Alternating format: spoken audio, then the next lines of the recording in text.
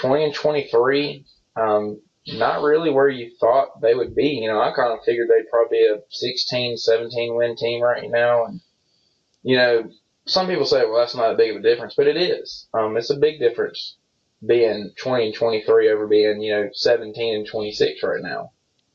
And they're 5.5 out of the wild card, and they're playing well. And what's impressive about it is they've played well without Freddie Freeman, which getting Matt Adams has really helped. And he's come in and just tore it up for the Braves. Went 3 for 5 last night, had the walk-off hit.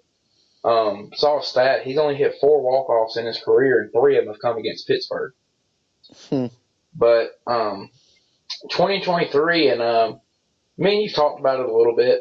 The wild card, making the playoffs isn't out of reach for the Braves. It's a realistic possibility. And now, is it likely? Probably not. But it's a realistic possibility for the Braves. Yeah. All you optimistic Braves fans out there, don't get too hyped up over this. Yeah, don't get your hopes up because you'll get disappointed more than likely. But it's there. The lineup's there. They, if they're still competitive like this towards the trade deadline when Freddie comes back, they got Matt Adams sitting there that they could trade to an American League team to get a starting pitcher that could help them out. It's a real possibility if they can make a few moves. And I know that they're trying to. I know Coffey is trying to, the general manager. If they're able to get maybe 1 or 2 pitchers or get a few bench players, the Braves have a shot at making a run. It's realistic to think that the Braves should be there towards the end of the year making a run at the wild card. Now the division, probably not. That's going to take a collapse from the Nationals like a few years ago. But a run at the wild card is definitely a realistic possibility for Atlanta.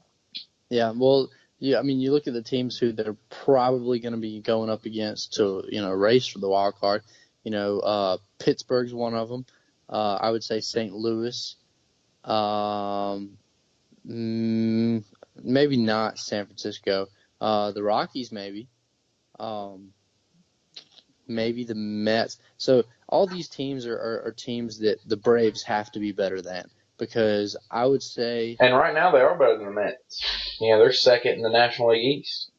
Yeah, but the NL East is not the best division of baseball. Yeah. Because you think I feel like the Nationals are locked to win the East.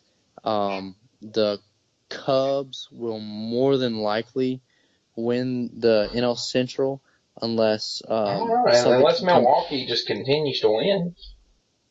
Yeah, you got Milwaukee and St. Louis. you can never count out St. Louis, and you can't really count out Pittsburgh either. So all 4 of those teams pretty much, and I don't know how the Reds have been playing, but pretty much the 4 of those teams are in contention for the Central, and then the West. I would say the Dodgers pretty much got the division on lock. So it's a big deal.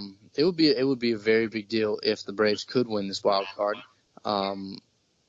I don't really think it's going to happen.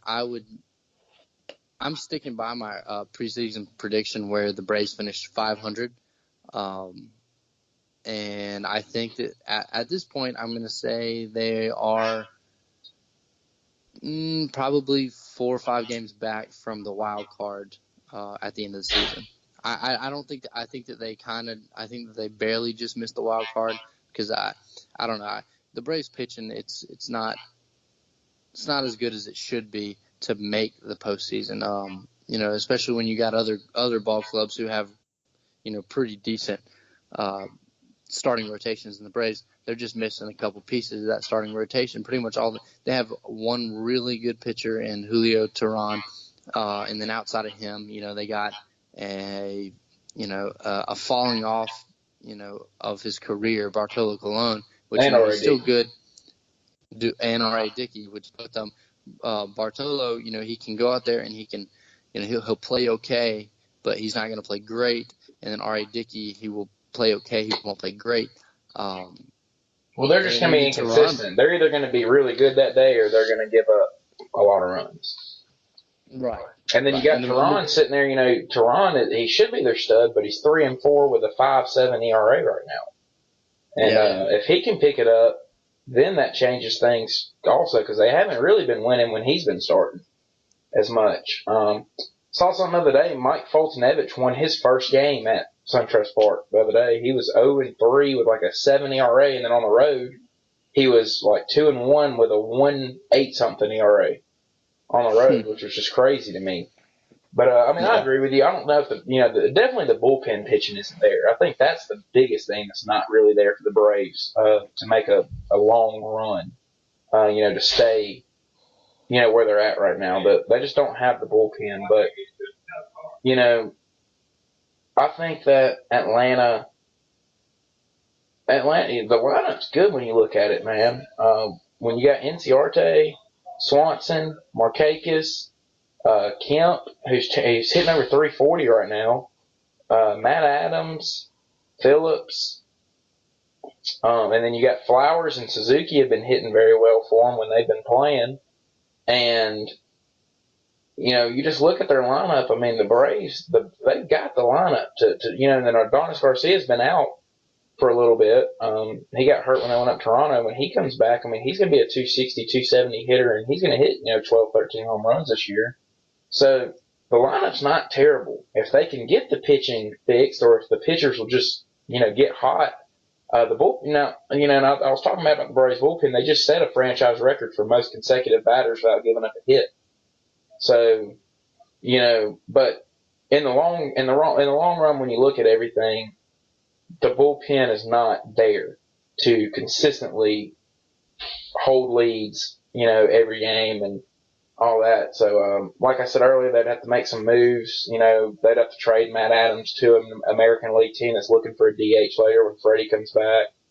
Something like that, to improve. But, still kind of a surprise. And when you look at the Major League, right now, you've got your division leaders in the American League. You got Houston is 31-15. They've just been killing it. They've been really impressive. The Yankees 26-17, leading the NL East. Kind of surprising to me.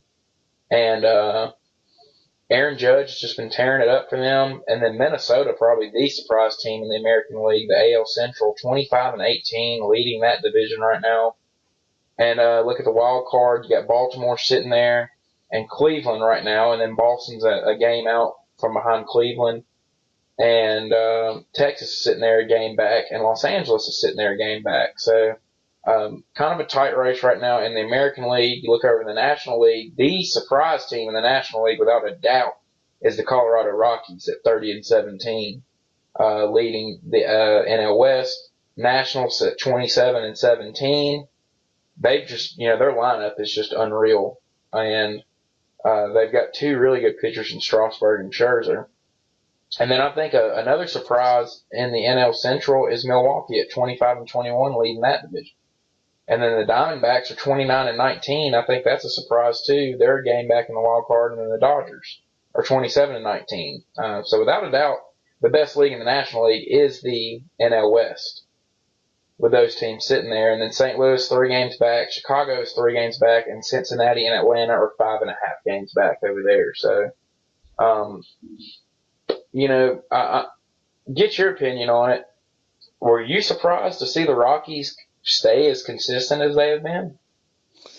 Not really. Honestly, I guess to answer your question, yes and no. They're a lot better than I thought that they would be. However, I did think that they would be a little bit, as consistent as they are. I just didn't think that they were going to be as consistently good as they have been. I thought that they would just be a little bit more consistently worse, I guess, than they have been. I don't know.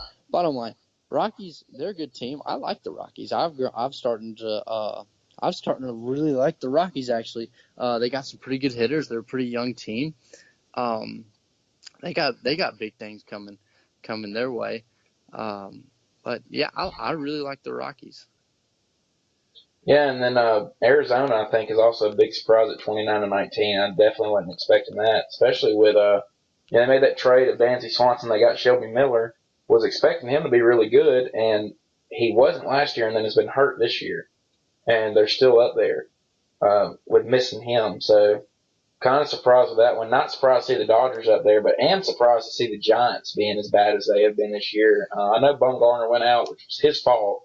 We hadn't even gotten a chance to talk about that and how stupid that was on his part. But they're not very good. But the NL West has kind of been a surprise division this year. Not many people are expecting those teams, especially not to be 30-17, 29-19, like they are. So that has surprised me. And Milwaukee has definitely surprised me leading the NL Central, but NL Central's not as strong as I think a lot of people were anticipating it to be. Wouldn't you agree with that? Yeah, definitely not as strong. Milwaukee to me is the surprise team of the year so far, at least. 40 some odd games in. Milwaukee is definitely the team that has surprised me the most thus far. Well, I think that about does it for this one, man. We will be back next week, guys, possibly with a guest. We will let you know on Twitter later on this week if we can get that confirmed, but possibly with a guest. We'll talk some hockey and talk some college football as well if we can get him on, and some other things. But I think that does it for us. It's been a while, man. Guys, sorry it's been a while. Our schedules have just been hectic. We had finals. We just had a lot going on. But with the summer being here, it should be clearing up. And we got a lot to talk about, especially here coming up. But Major League Baseball is fun to keep up with. You got the NBA Finals. And if you don't watch hockey, I suggest you do, because you're missing out, because these hockey playoffs have been as competitive as any I've seen. And it's just fun to watch. I mean, they fly around the ice and they hit each other left and right. And it's been really good. And then you got the college softball playoffs, which I know a lot of people down in this area have gotten into softball big time. Then you got baseball, which Alabama's not playing anymore and just fired their coach. We didn't talk about that. We will also talk about that next week if we get the guest on. But Auburn's sitting there with a realistic possibility of getting that large bid to go to a regional. They won't host like a lot of people were thinking they would a couple of weeks ago, but definitely probably will be in a regional and in postseason play. So a lot going on, but we appreciate you guys listening. Make sure to follow us on Twitter at Hiding Our Bias. Follow Tripp at T_Blackmon9. And follow me at Caleb Brooks 28. We will see you guys next week.